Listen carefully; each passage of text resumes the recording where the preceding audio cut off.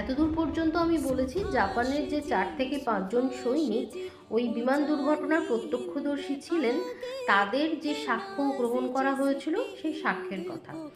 এখন এই ভিডিওতে বলবো নেতাজির শেষ সঙ্গী স্যার হাবিবুর রহমান তিনি কি বলেছিলেন এই ঘটনার বিবরণে তার কথা। যেহেতু তিনি নেতাজির সাথে মাঞ্চুরিয়ার উদ্দেশ্যে যাত্রা করেন, তাই বিভিন্ন দেশ থেকে তাকে ইন্ট্রোগেট করা হয়। ব্রিটিশরা তাকে ইন্ট্রোগেট করেন, ভারতীয়রা করেন, জাপানিজরা করেন, জার্মানি থেকে তাকে ইন্ট্রোগেট করা হয়, রাশিয়া থেকে তাকে ইন্ট্রোগেট করা হয়। এখন প্রথম তিনি যখন সেই বিমান দুর্ঘটনা ঘটলো এবং তাকে যখন হসপিটালে নিয়ে আসা হয়, সেই হসপিটালে বসেই তিনি তার প্রথম সাক্ষ্য লিখে রাখেন, যে তার যেটুকু মনে ছিল তিনি এক জায়গায় লিখে রাখেন। সেখানে তিনি লিখেছিলেন যে বিমানটি যখন দুর্ঘটনাগ্রস্ত হয় তিনি ছিটকে বাইরে পড়েন, তারপর বিমানের ভিতর থেকে তিনি নেতাজিকে বের করেছিলেন। নেতাজির গায়ে জামা কাপড়ে আগুন লেগেছিল, তিনি একটি কম্বল নেতাজির গায়ে জড়িয়ে দেওয়ার চেষ্টা করেন এবং পরনের জামাটি খুলে ফেলেন। নেতাজিকে একটু গড়াগড়ি দেওয়ানোর মতো করা হয়, কিন্তু তাতেও কোনো লাভ হয়নি। শেষ পর্যন্ত সেখানেই নেতাজি শেষ নিঃশ্বাস ত্যাগ করেন এবং শেষ নিঃশ্বাস ত্যাগ করার আগে তিনি ভারতীয়দের উদ্দেশ্যে তার শেষ বার্তা দেন।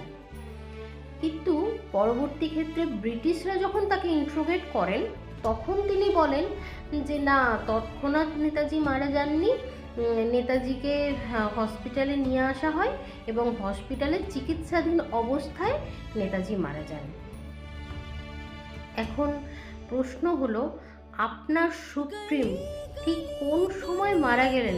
আপনি কিভাবে এই ঘটনার আপনি এতটা টাইমের তফাৎ, এই টাইমের তফাৎ আপনার মনে থাকলো না? কিভাবে আপনার এটা মনে থাকলো না যে নেতাজি তৎক্ষণাৎ মারা গেছিলেন নাকি তাকে হসপিটালে নিয়ে আসা হয়েছিল?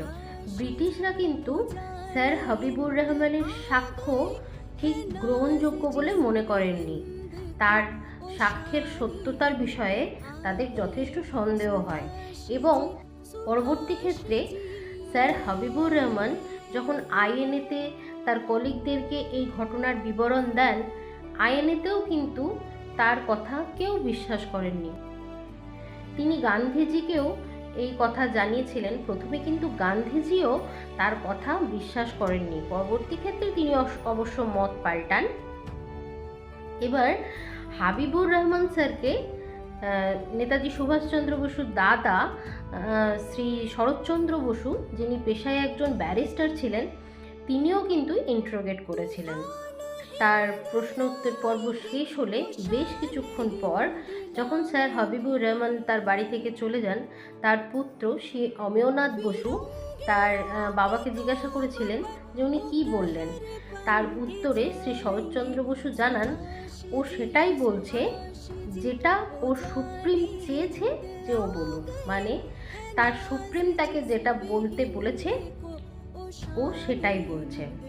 এক্ষেত্রে যখন খোসলা কমিশন গঠন করা হয়, তখনও কিন্তু স্যার হাবিবুর রহমান পাকিস্তান থেকে এসে তার সাক্ষ্য দিয়েছিলেন। সেখানেও কিন্তু তার সাক্ষ্যে ভীষণ রকম অমিল লক্ষ্য করা গেছিল। এতদূর পর্যন্ত আমি বলেছি জাপানের যে